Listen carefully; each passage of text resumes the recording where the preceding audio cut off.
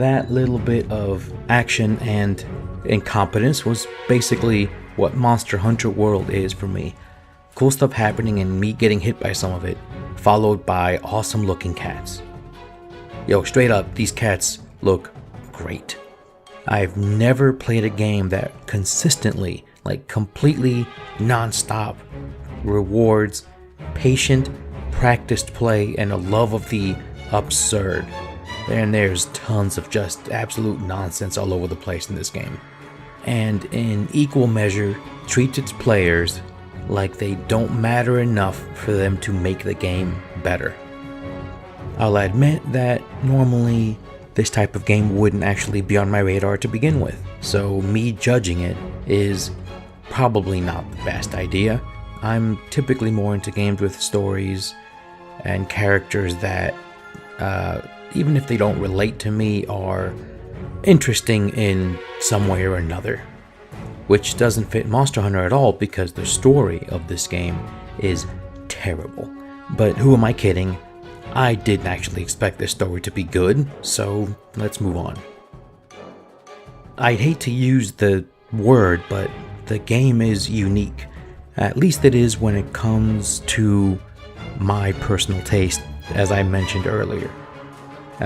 I did play the Witcher games, and that is probably the closest analog I can make to this, the closest comparison. It rewards patience, and it rewards learning and sort of educating yourself about what you need to do to fight some of these enemies. Do the research, be smart, be prepared, know your surroundings, and you have a much, much, much higher chance of succeeding than just kind of going in blind. In fact, going in blind might be the worst thing you can do. At least that's the idea. But the game also revolves around obtuse mechanics, much of which I had to Google just to know anything about. There's also an unbearable focus on how cool animations look, and a painful lack of responsiveness. This is something that the Souls game have popularized in the last, 10 years or whatever. But I couldn't really even take the first Demon Souls game for very long. So the evolution of all that stuff really just doesn't appeal to me at all. It never has, probably never will.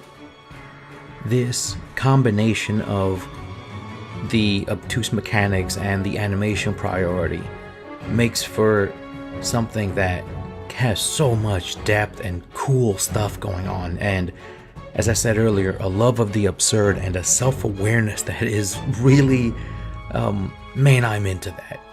I'm especially more into it now that I finally realized that, hey, jumping into multiplayer is probably the way I should be playing a lot of this game.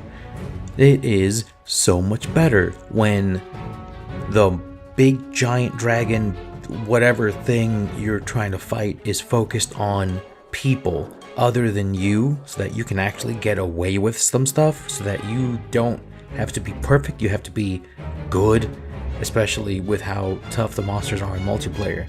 But you don't have to be perfect.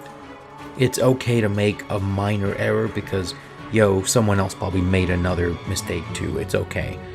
That lowering of the pressure on my end makes the game much more playable. And despite a couple of other games now that I want to play through, I still want to bounce into Monster Hunter World here and there just to get a little bit more done, just to fight another monster. Help someone fight another monster, especially to support someone who's way better than I am in getting whatever they want to get. I mean, the sheer number of hours I've spent with Monster Hunter World speaks a lot to how much I've enjoyed it despite my complaints. So I really can't wait for whatever sequel they're going to make to this, so that they can touch up whatever they need to touch up. I'm very much looking forward to the future of this franchise and what this particular game, Monster Hunter World, still has to offer.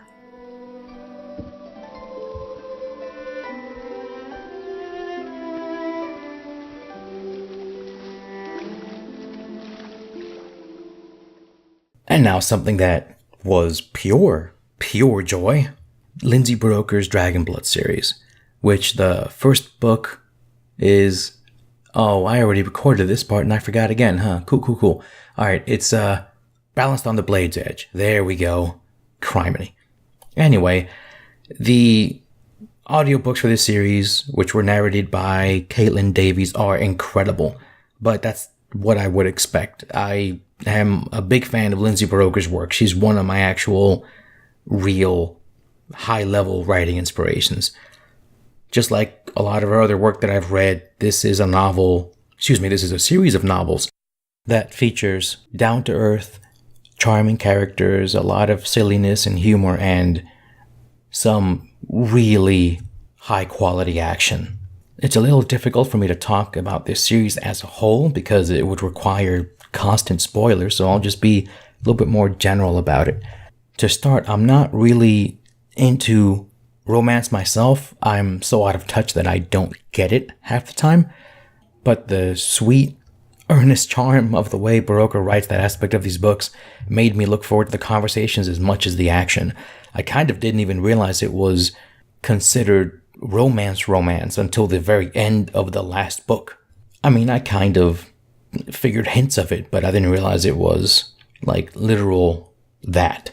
Because that's how down-to-earth everything is written and how believable everything is, I guess you could say. But I wouldn't know about believable in romance. I just like it as it is. Again, let's avoid talking about the story, and I'll just say something about the fact that it's very much, as, again, anything else I've read from her, action-packed. It is superbly written in that regard as well. Lindsay Buroker pushes action scenes forward with a focus on what a character would do, and it's easy to become entranced in what nonsense someone's going to try to pull off, like how often Zerkander is going to be upside down, flying.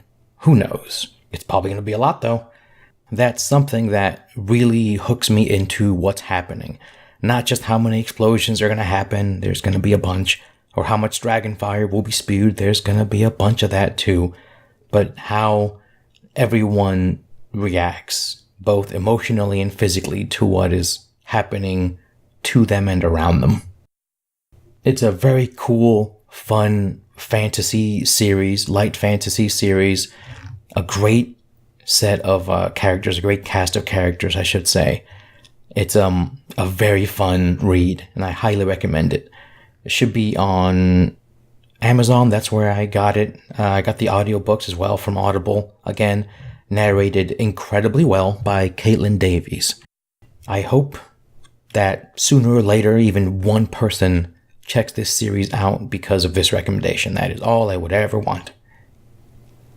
And that's it for Click for Spoiler 2. Now that I have my branding out of the way and changed all the imagery here and there and logos and whatnot, I should be able to put one of these out every couple weeks. Thanks to whoever listens all the way to the end. Peace out.